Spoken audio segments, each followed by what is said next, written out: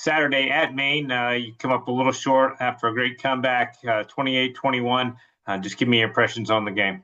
Yeah, tough loss. Give Maine all the credit. I think, you rush for 3 yards on the game, you're not going to win the game. So that's a credit to their defensive line and their linebackers and everybody involved in the run game on defense. They had a good plan, but more importantly, they played more physical. Their pads were under our pads, and they did a really good job, obviously, stopping our run, which is really what we're good at. And they did a really good job of obviously controlling that. And then defensively, we spotted 14 points early.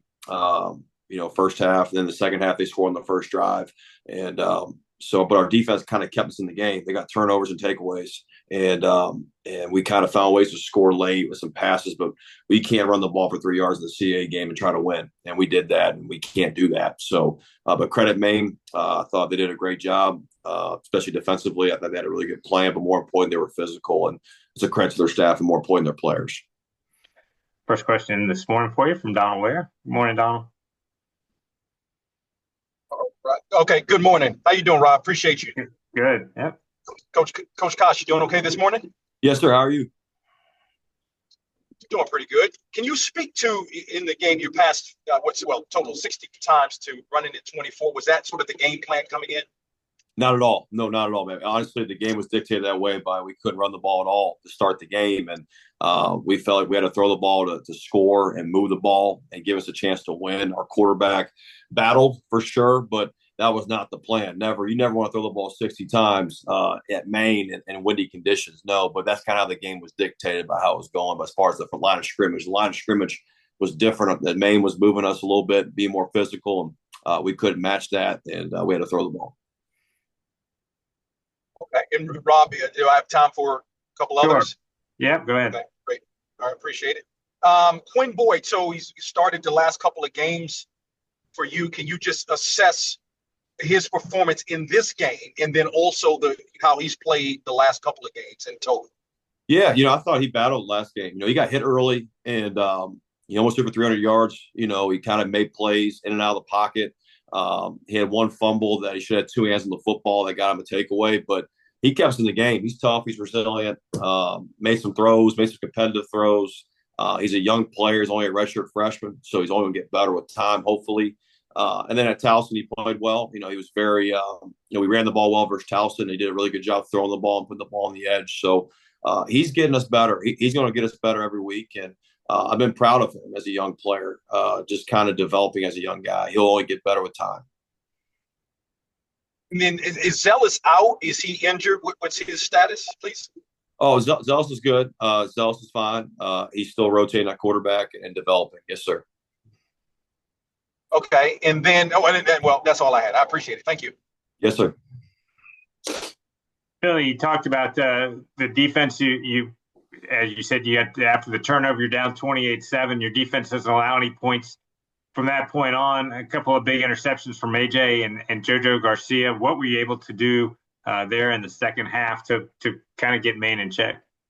Well, I think, too, they were trying to control the ball, too. They were trying to control the ball, and they were playing good on defense, I think, and they ran a pop pass there, and JoJo made a great play on the ball in the back corner of the end zone.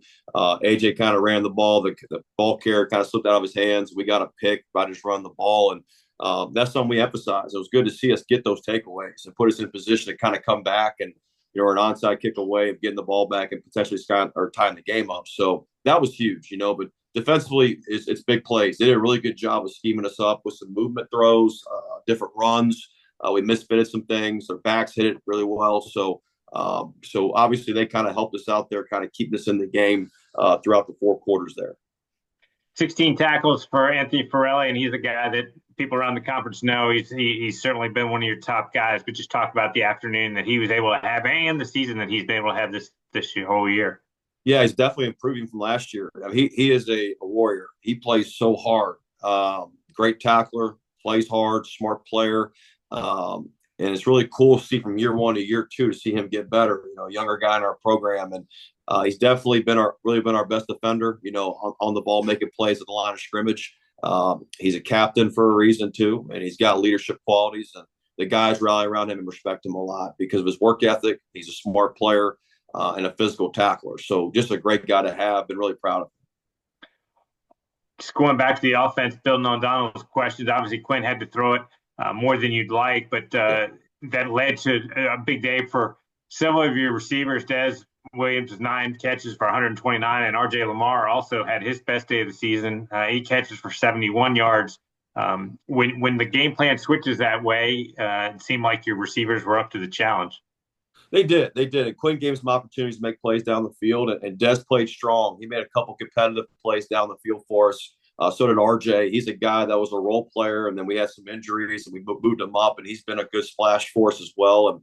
And we got some decent receivers. Dietz as well is a good player, and Cole Benucci is a tight end. So we got a lot of guys we're throwing the ball to. I think Quinn helps that a lot with his decision making, also his accuracy and putting the ball down the field. So it's been good to see those guys make plays for us, and it's kind of good to see like Des is a guy that's only gotten better each week, and same with RJ, they've gotten better each week, especially as older players. So you like to see that development, and been proud of those guys. Got to continue to get better.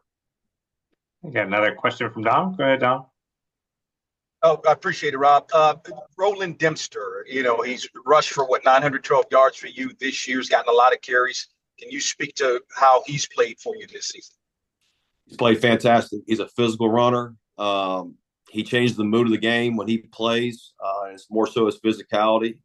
Last week was not good. Obviously had nowhere to go, but he's been huge for us all year, in a lot of ways. Pass protection, catch the ball in the backfield, tough guy, same guy every day. Another guy that's gotten better in our program each and every day.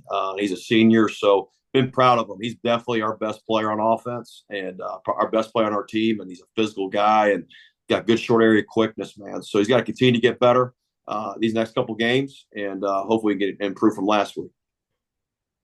And last thought, what maybe concerns you most about North Carolina A&T? Absolutely. They play hard, number one. I'll start on offense. Their quarterback's dynamic, in and out of the pocket, throwing the ball, run the ball.